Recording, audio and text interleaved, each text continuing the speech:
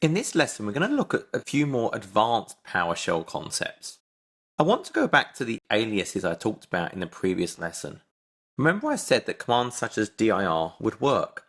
But remember what's actually happening behind the scenes is this is just an alias to the getChildItem. This is an example of an alias to an intrinsic command of command.exe or the command prompt, so an internal command. There is no dir.exe, it is just part of the command shell. So normally, I could say dir/s. S is a switch of dir. And that works, it's going to go through every single subfolder. Let's try that in PowerShell. That does not work. The reason is getChildItem has no such thing as a /s switch. So I have to be very careful when I'm using these aliases because although it may appear to work, when I try and use various parameters, the reality is it is not calling dir from a command prompt.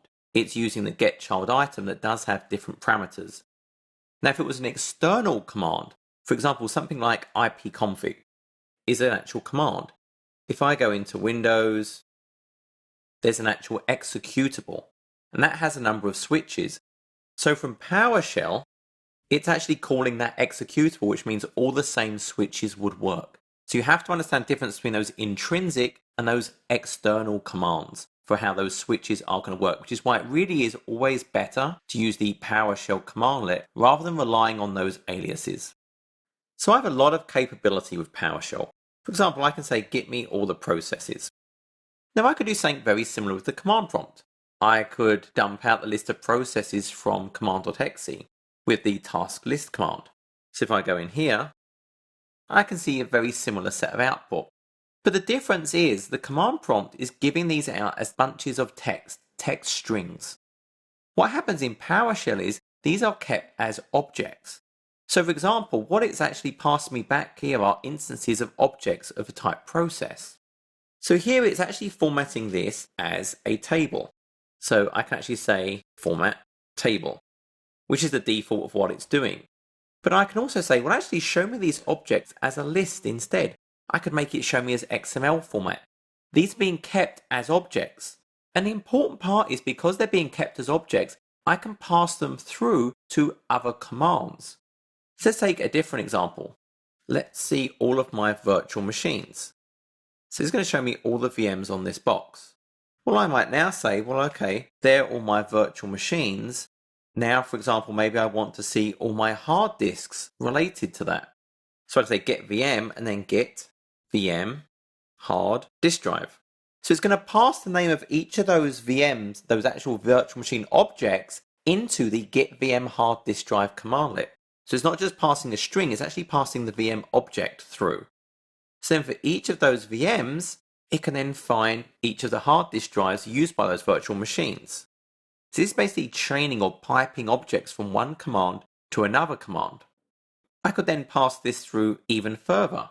For example, maybe in that same command, I want to only show the ones where path is that e virtuals sav, for example. I don't want to see the ones that are stored on an SMB file share, or that don't start with sav. So now what I can do is I can actually pass that through and do tests. So I could say where. Now I need to look at the object that is being passed to me. So to actually look at an attribute of an object, we use the $_. And now I can look at any of the attributes for each object. So I want to look at the path attribute. So $_ represents the object being passed to me. And a dot now says, well, let me see a particular attribute. So I want to look at the path. And I want to see if it starts with, so this is now using string functions. Does it start with e : virtuals sav, for example? So instead of now showing me everything, it will only show me those that actually start with e virtual. So it took those out. So I can actually access the individual attributes of those objects being passed to me. And I can perform actions on them. So the next thing I may want to do is I found all the ones on that file system. Maybe I want to move them. So I could then say for each of those objects, so for each object, move it. So I want to move the VM storage, and the VM name is that underscore VM name it just passed me. So I can see that column represents the attribute. So there's an attribute called VM name. So for each of those objects that are being passed through this chain, so for that VM name, I want to say the destination is maybe equal to E colon, just as an example. And then I'm going to use what if.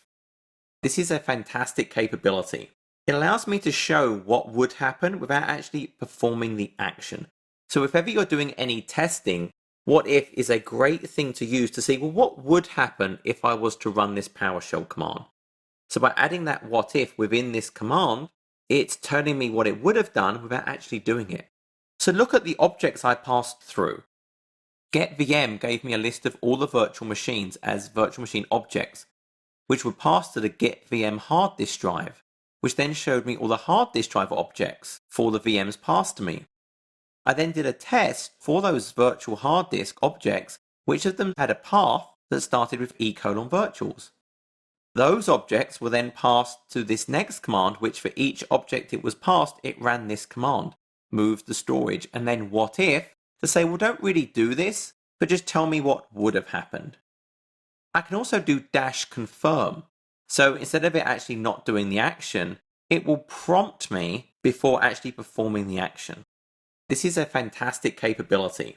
The ability to pipe the objects from one PowerShell commandlet to another, which can then perform actions on them, keeping it as an object rather than some text string, allows me to access the attributes, access the functions of those objects.